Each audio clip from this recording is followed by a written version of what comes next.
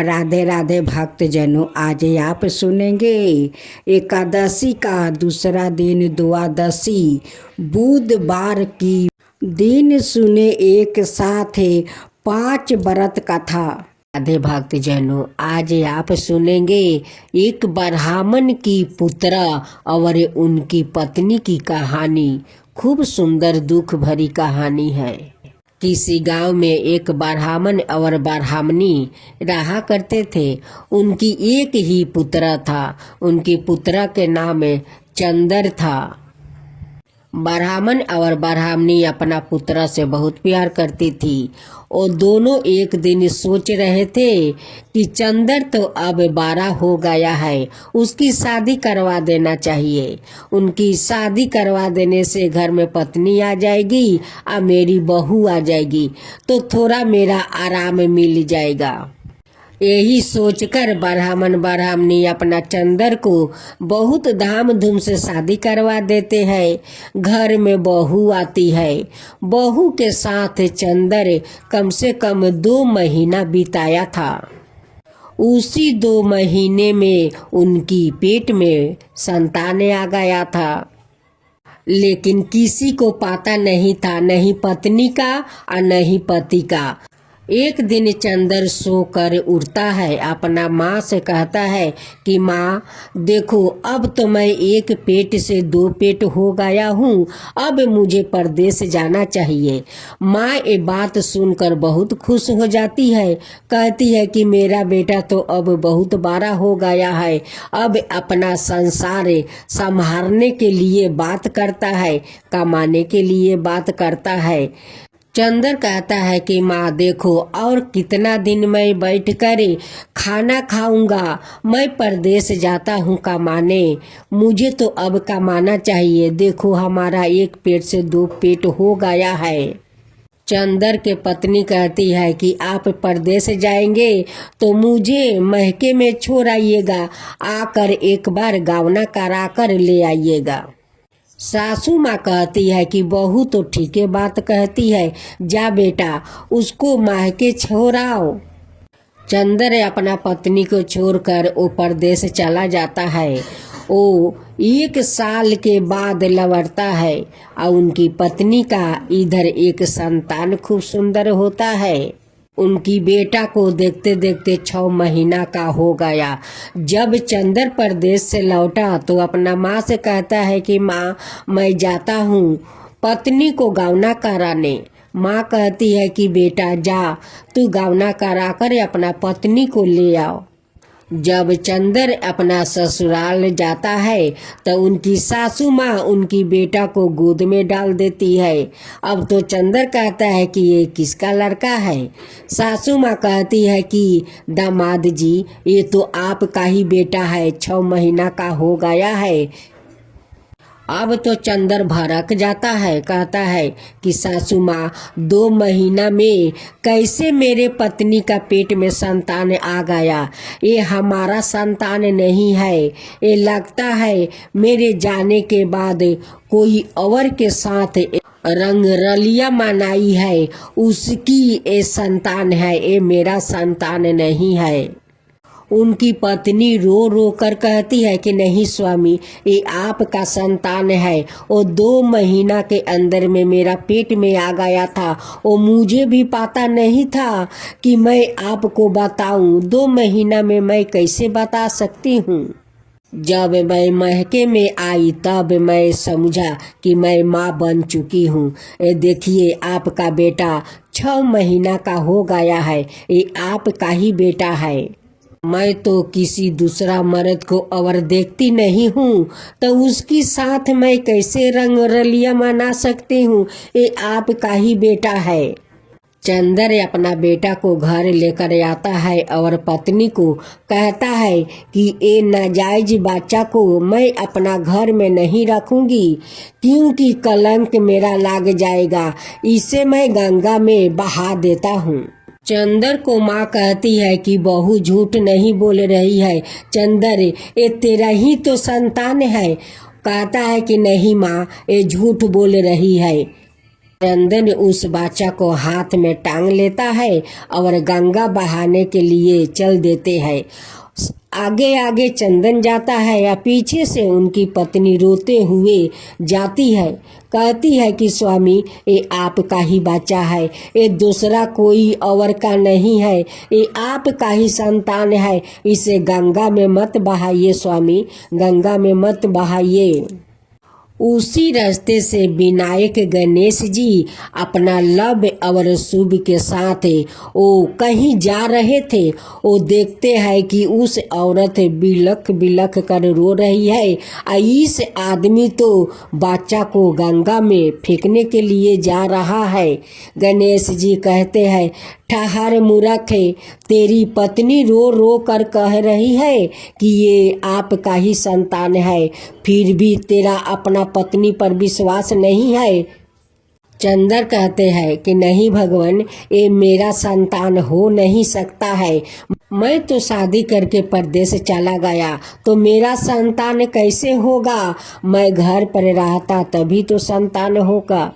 विनायक गणेश भगवान कहते हैं कि नहीं रे मूर्ख, एक दिन में संतान आ जाता है और वो तो 2 महीना तू अपना पत्नी के साथ बिताया है। चंदन तो अब गणेश भगवान को बात नहीं सुन रहे हैं, वो चलने लगा। गणेश भगवान उसे अभिशाप देते हैं कि अगर बच्चा को गंगा फेंकने जाता है तो तू यही पर फेंकने से पहले तू सील बन जा। अब तो चंदन वही पर सील बनकर खड़ा रहा। उनकी पत्नी कहती है कि प्रभु, मेरे पति कितना दिन तक सील बनकर रहेगा? ये जैसा भी है ये मेरा पति है प्रभु, इसे सील से मनुष्य बना दीजिए। गणेश जी कहते हैं कि मैं श्राप दे दिया है, श्राप आपस नहीं लिया जाता है। 1 साल के बाद जब कोई भगवान इस जंगल से गुजरेंगे और वो इसे लात मारेंगे तभी अपना ये रूप में आएगा। कह कर गणेश भगवान चले गए। चंदर के पत्नी अपना बेटा को लेकर घर आ गई। चंदर के पत्नी मिलने के लिए रोज उस जंगल में जाती है और उस पत्थर से मिलती है। जब बहू घर आती है तो सासू माँ पूछती है कि चंदर कहाँ है? कहती है कि वो तो सील बन गया है।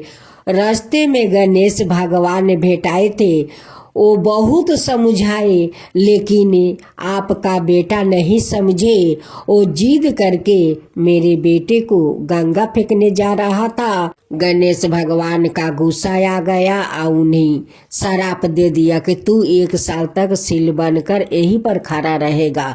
जब कोई 1 साल के बाद भगवान आएंगे और तुझे लात मारेंगे तभी तू सील से मुक्ति होगा और तू मनुष्य बन जाएगा। चंदर का पत्नी 1 साल तक उस जंगल में उस अपना सील पति से रोज मिलने जाती थी।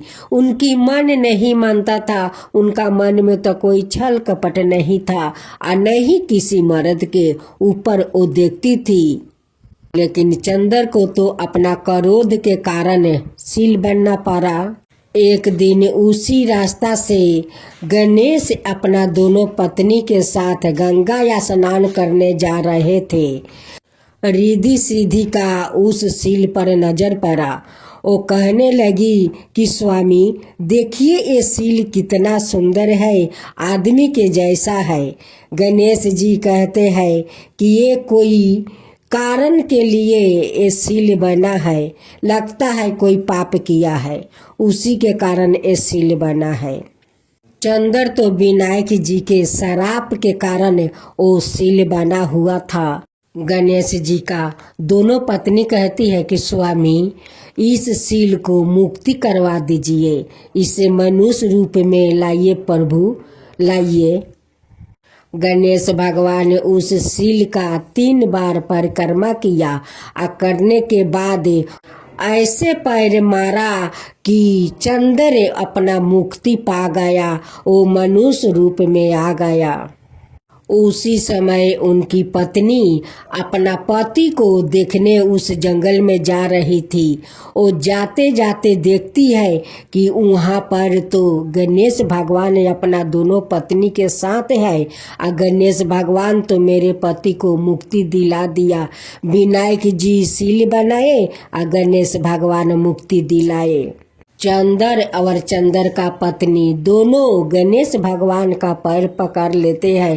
कहते हैं कि भगवान, हमसे बहुत बड़ा पाप हो गया है कि अपना पत्नी को मैं पाप में ढकेल रहा था, मैं पाप लगा रहा था। मेरे पत्नी पापी नहीं है, ये किसी और को संतान नहीं है, वो संतान तो मेरा ही है। आज मैं अनाथ करने जा रहा था प्रभु, आज अपना बेटा को मैं गंगा में फेंक देता। आपको लोग झूठ नहीं कहते हैं कि आप विघ्न हरता है। जहाँ कोई तकलीफ होता है वहाँ आकर आप खड़ा हो जाते हैं, विघ्न हार लेते हैं। आप मेरा संतान को बचाया है प्रभु, ये कभी नहीं भूलूंगा, कभी नहीं भूलूंगा। आज से हम दोनों आपको धाम धूम से श्रद्धा भक्ति से गणेश जी का पूजा करेंगे। चंद्र अपना पत्नी के साथ घर आता है और गणेश भगवान को सब मिलकर धाम धूम से पूजा आरती करते हैं। जय गणेश जी रिद्धि सिद्धि के देवता और विघ्न विनाशक देवता है, जो पूजा अर्चना से प्रसन्न होकर भक्त की हर बाधा को दूर करे, सुख सौभाग्य और धन धनाई के भंडार भर देते हैं। उनकी दयाशीलता और दानशीलता को लेकर काफी कथाएं भी प्रचलित है, जिनमें एक बुढ़िया से खीर खाने की लोक कथा काफी प्रसिद्ध है। गणेश जी और खीर की कहानी। एक बार गणेश जी ने पृथ्वी के मनुष्यों को परीक्षा लेने का विचार किया।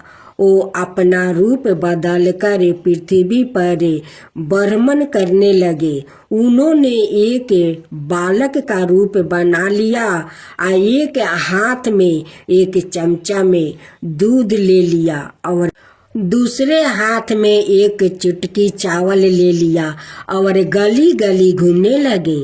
साथ ही साथ आवाज लगाते चल रहे थे, कोई मेरे लिए खीर बना दो, कोई मेरे लिए खीर बना दो, कोई मेरे लिए खीर बना दो। कोई भी उन पर ध्यान नहीं दे रहा था, बल्कि लोग उन पर हंस रहे थे। वो लगातार एक गांव के बाद दूसरे गांव इसी तरह चक्कर लगाते हुए पुकारते रहे, पर कोई खीर बनाने के लिए तैयार नहीं था। सुबह से शाम हो गई, गणेश जी लगातार घूम रहे। एक बुढ़िया थी, शाम के वक्त अपनी झोपड़ी के बाहर बैठी हुई थी। तभी गणेश जी वहाँ से पुकारते हुए निकले कि कोई मेरी खीर बना दे, कोई मेरी खीर बना दे। बुढ़िया बहुत कोमल दया वाली स्त्री थी। उन्होंने कहा, बेटा मैं तेरी खीर बना देती हूँ। गणेश जी ने कहा, माई अपने घर में से दूध और चावल लेने के लिए बर्तन लाओ। बुढ़िया एक कटोरी लेकर जब झोपड़ी का बाहर आई तो गणेश जी ने कहा, अपने घर का सबसे बड़ा बर्तन लेकर आओ।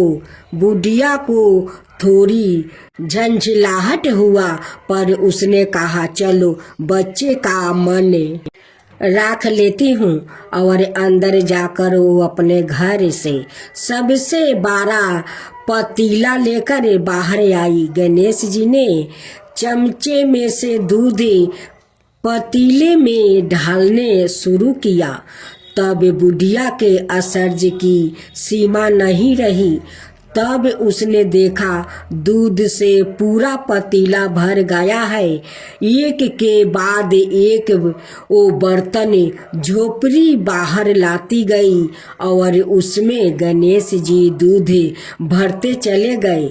इस तरह से घर के सारे बर्तन दूध से लबा भर गया।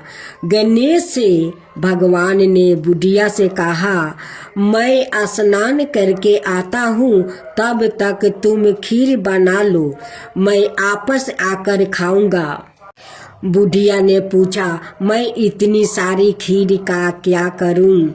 इस पर गणपति जी बोले, सारे गांव को दावत दे दो। बुढ़िया ने बड़े प्यार से मन लगाकर खीर बनाई।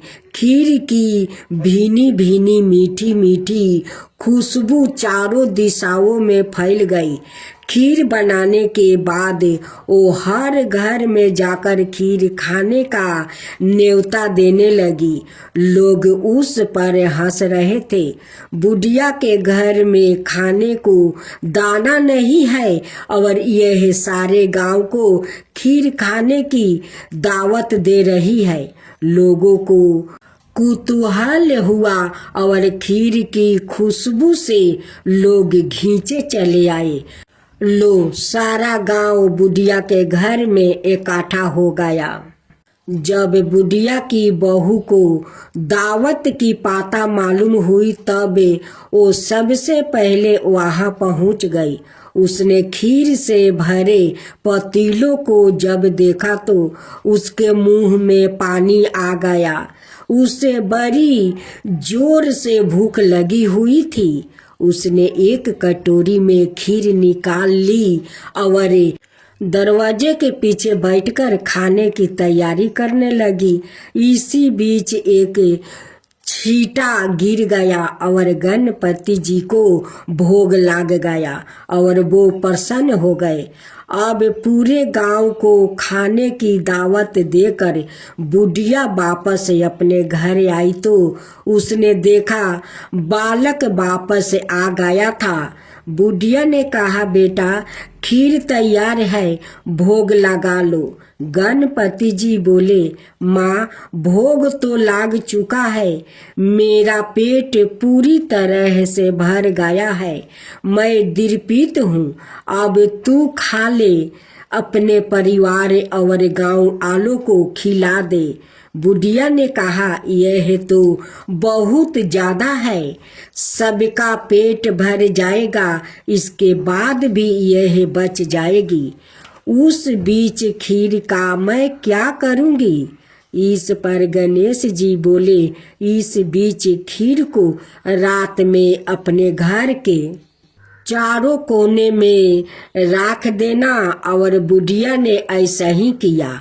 जब सारा गांव जी भर कर खा चुका तब भी ढेर सारी खीर बच गई। उसने उसके पात्रों को अपने घर के चारों तरफ रख दिया। सुबह उठकर उसने क्या देखा? पतीलों में खीर के स्थान पर हीरे जवाहरात और मोती भर गया है। वो बहुत खुश हुई। उसकी सारी दलीदरता दूर हो गई और वो आराम से रहने लगी। उसने गणपति जी का एक भाव मंदिर बनवाया और साथ में एक बड़ा सा तालाब भी खुदवाया।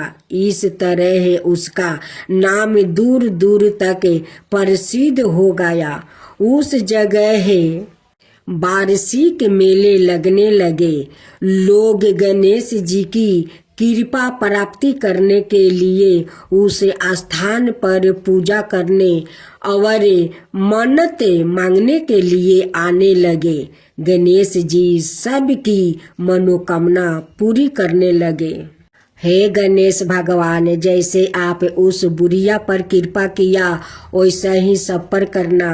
कहानी कहने वाला, हुंकार भरने वाला, सुनने वाला, उनकी सारे परिवार पर कृपा करना, अड़ोस पड़ोस पर कृपा करना, सारा दुनिया पर कृपा करना।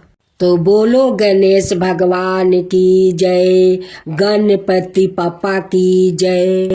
अब सुने गणेश भगवान की व्रत कथा। राजा सातानिक ने सुमितु मुनि से पूछा, प्रिय वर गणेश जी को गणों का राजा किसने बनाया और बड़े भैया कार्तिकेय के रहते हुए यह कैसे विघ्नों के अधिकारी हो गए। सुमितु मुनि ने कहा, राजा आपने बहुत अच्छी बात पूछी है, जिस कारण ये विघ्न कारक हुए हैं और जिन विघ्नों को करने से इस पद पर उनकी नियुक्ति हुई है, वो मैं कह रहा हूँ, उसे आप एक ग्रह चित होकर सुने। पहले कीर्तियोग में प्रजाओं की जब सृष्टि हुई तो बिना विघ्न बाधा के देखते ही देखते सब कार्य सिद्ध हो जाते थे। अंत में प्रजा को बहुत अहंकार हो गया। कैलेश राहित अहंकार से परिपूर्ण प्रजा को देखकर ब्रह्मा ने बहुत सोच विचार करके प्रजा समृद्धि के लिए विनायक को विनियोजित किया। अंत ब्रह्मा के प्रयास से भगवान शंकर ने गणेश को उत्पन्न किया और उन्होंने गणों का अधिपति बनाया। हे राजन, जो प्राणी गणेश की बिना पूजा किए ही कार्य आरंभ कर देता है, उनके मुझसे सुनिए। ओ व्याकुत सपने में अत्यंत गहरे जल में अपने को डूबते स्नान करते हुए यह केस मुराए देखता है। कासाय बस्तर से आच्छादित और हिस्सक व्यागिर्दी पशुओं पर अपने को चढ़ाता हुआ देखता है। अत्यंत गर्भ और ऊंट आदि पर चढ़ाकर परिजनों से घेरा वो अपने को जाता हुआ देखता। हीन जो मानव केकरा पर बैठकर अपने को जल की तरंगों के बीच गाया हुआ देखता है और पैदल चल रहे लोगों से घेर कर यमराज के लोक को जाता है और जाते हुए अपने को सपने में देखता है। वो खुद ही अत्यंत दुखी होता है। जो राजकुमार सपने में अपने चिता और आकृति को विकृति रूप में अब स्थित कर वीर के फूलों की माला से विभूषित देखता है, वो उन भगवान विघ्नेश के द्वारे विघ्न उत्पन्न कर देने के कारण पूर्व वंशानुगत प्राप्त रज्या को प्राप्त नहीं कर पाता।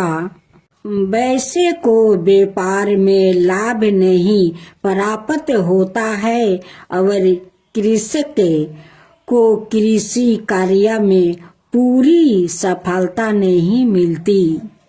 इसलिए राजन ऐसे अशुभ सपनों को देखने पर भगवान गणपति की प्रसन्नता के लिए विनायक शांति करना चाहिए। विनायक की जय हो, विनायक जी की जय हो। अब आप सुनेंगे तुलसी की कथा। तुलसी से जोड़ी एक कथा बहुत प्रचलित है। श्री मद देवी भगवत पुराण में इनके अवतार की दिव्य लीला कथा भी बनाई गई है। एक बार शिव ने अपने तेज को समुद्र में फैला दिया था। उससे एक महातेजस्वी बालक ने जन्म लिया। यह बालक आगे चलकर जलंधर के नाम से पराक्रमी दैत्य राजा बना। इसकी राजधानी का नाम जलंधर नगरी था। दैत्यराज कलनेमी की कन्या बिंदा का विवाह जलंधर से हुआ। जलंधर महाराक्षस था। अपनी साता के मध्य में चूरी उसने माता लक्ष्मी को पाने की कामना से युद्ध किया, परंतु समुद्र से ही उत्पन्न होने के कारण माता लक्ष्मी ने उसे अपना भाई के रूप में स्वीकार कर लिया। वहां से पराजित होकर वो देवी पार्वती को पाने की लालसा से कैलाश पर्वत पर गया। भगवान देवाधिदेव शिव का ही रूप धारण कर माता पार्वती का समीप गया, परंतु मां ने अपने योग बल से उसे तुरंत पहचान लिया और वहां से अंतर्ध्यान हो गई। देवी पार्वती ने क्रोध होकर सारा वृत्तांत भगवान विष्णु को सुनाया। जलंधर की पत्नी बिंदा अत्यंत पतिव्रता स्त्री थी। उसी के पतिव्रता धर्म की शक्ति से जलंधर ना तो मारा जाता था और ना ही पराजित होता था। इसलिए जलंधर का नाश करने के लिए बिंदा के पतिव्रता धर्म को भंग करना ही बहुत जरूरी था।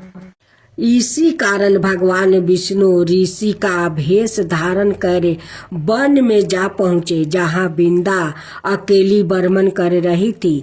भगवान के साथ 2 मायावीर राक्षस भी थे, जिन्हें देखकर बिंदा भयभीत हो गई। ऋषि ने बिंदा के सामने पल में दोनों को भस्म कर दिया। उनकी शक्ति देखकर बिंदा ने कैलाश पर्वत पर महादेव के साथ युद्ध कर रहे अपने पति जलंधर के बारे में पूछा।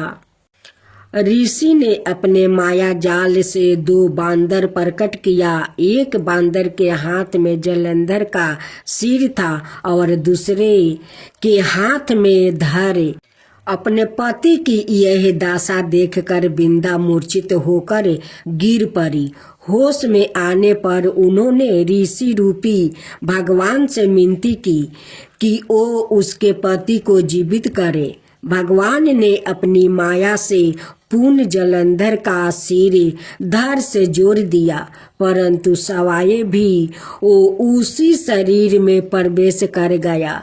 बिंदा को इस छल का जरा आभास नहीं हुआ। जलंधर बने भगवान के साथ बिंदा पतिव्रता का व्यवहार करने लगी, जिससे उसकी पतिव्रता भंग हो गया।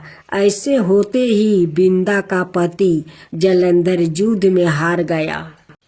इस सारी लीला का जब बिंदा को पता चला तो उसने क्रोध होकर भगवान विष्णु को शीला होने का श्राप दे दिया और सवाए सती हो गई।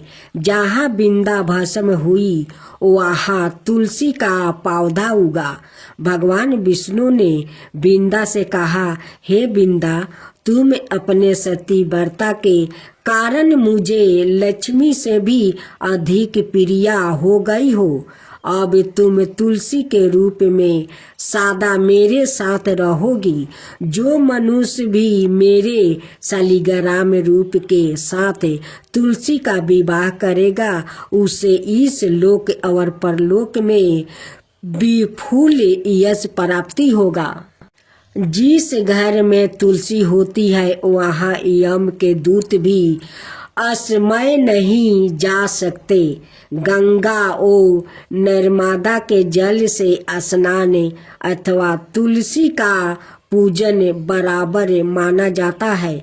चाहे मनुष्य कितना भी पापी क्यों ना हो, मृत्यु के समय जिसके प्राण मंजीरी रहती, तुलसी और गंगा जल मुख में राख कर निगल जाते हैं। वो पापों से मुक्ति होकर वैकुंठ धाम को प्राप्ति होता है। जो मनुष्य तुलसी और आंवले की छाया में अपने पितरों का श्राद्ध करता है, उसके पितरों मोक्ष को प्राप्ति हो जाते हैं। उसी दैत्य जलंधर की यह भूमि जलंधर नाम से विख्यात है।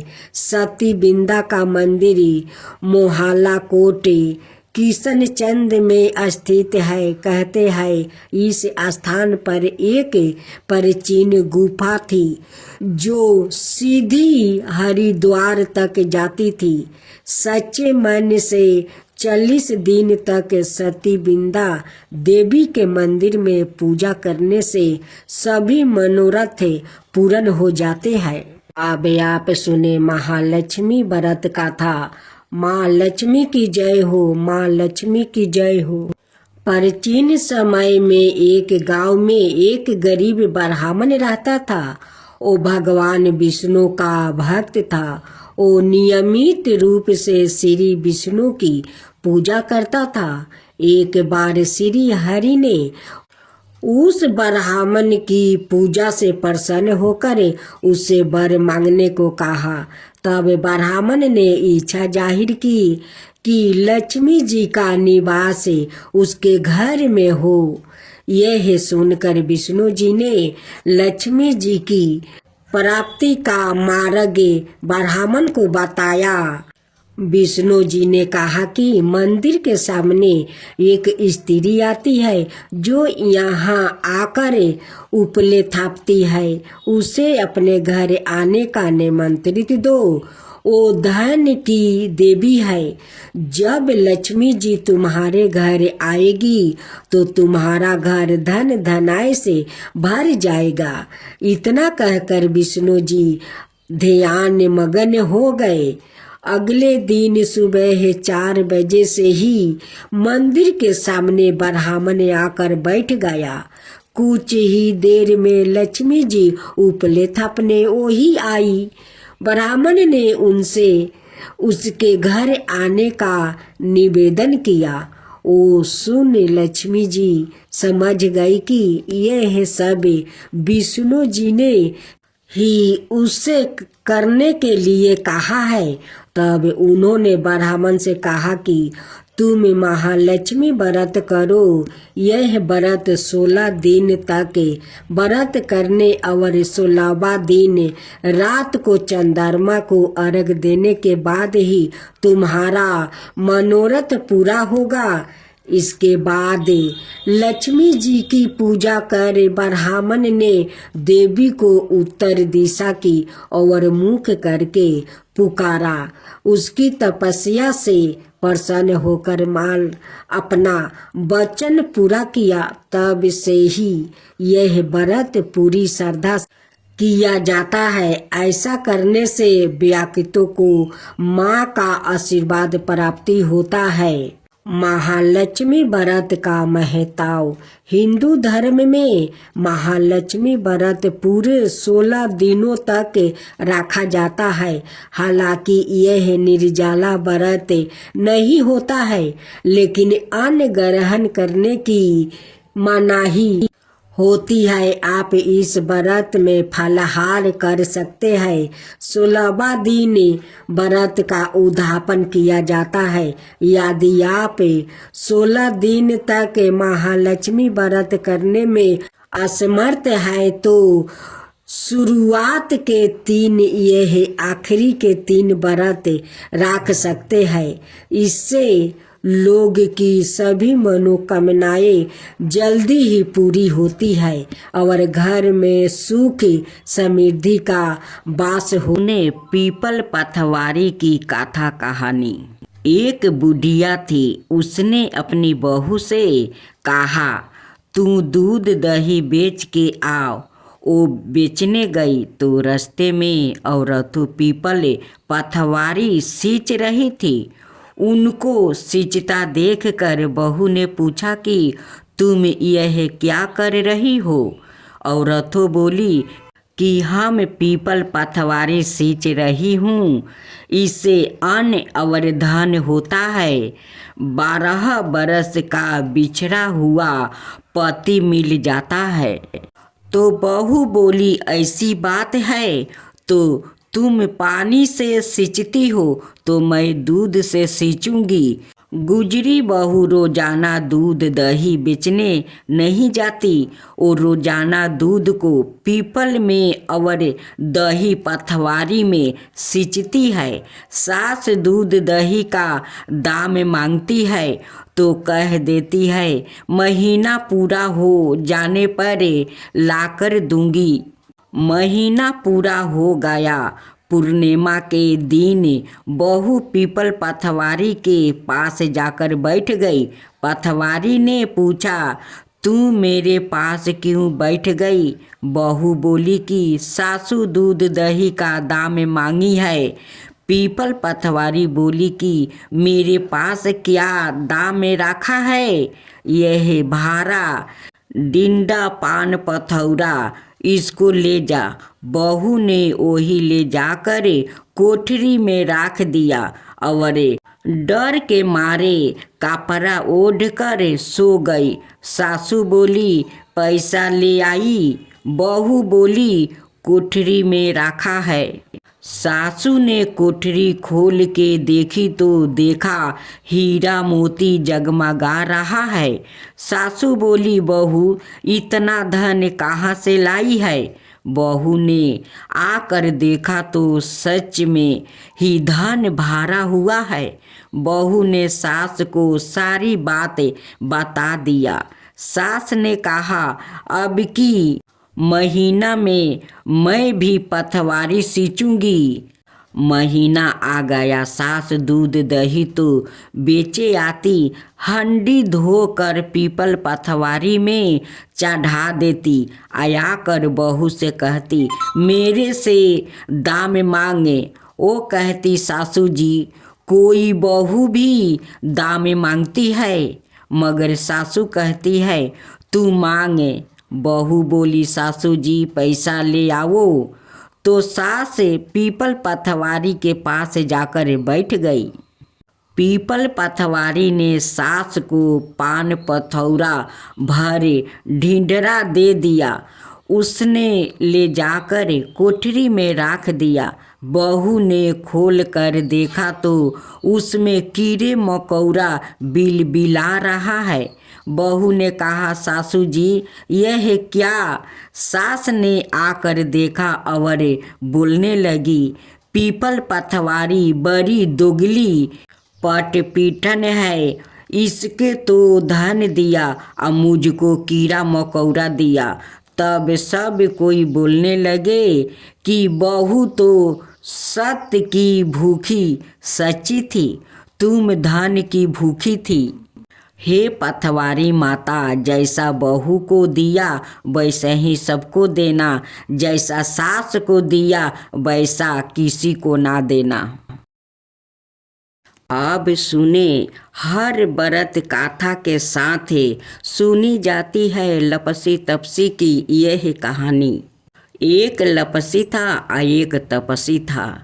तपसी हमेशा भगवान की तपस्या में लीन रहता था।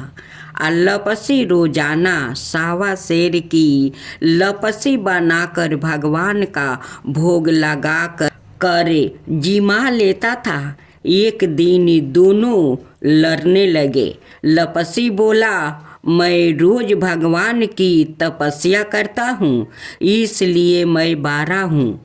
तपसी बोला मैं रोज भगवान को सावा शेर लपसी का भोग लगाता हूँ, इसलिए मैं बारा हूँ।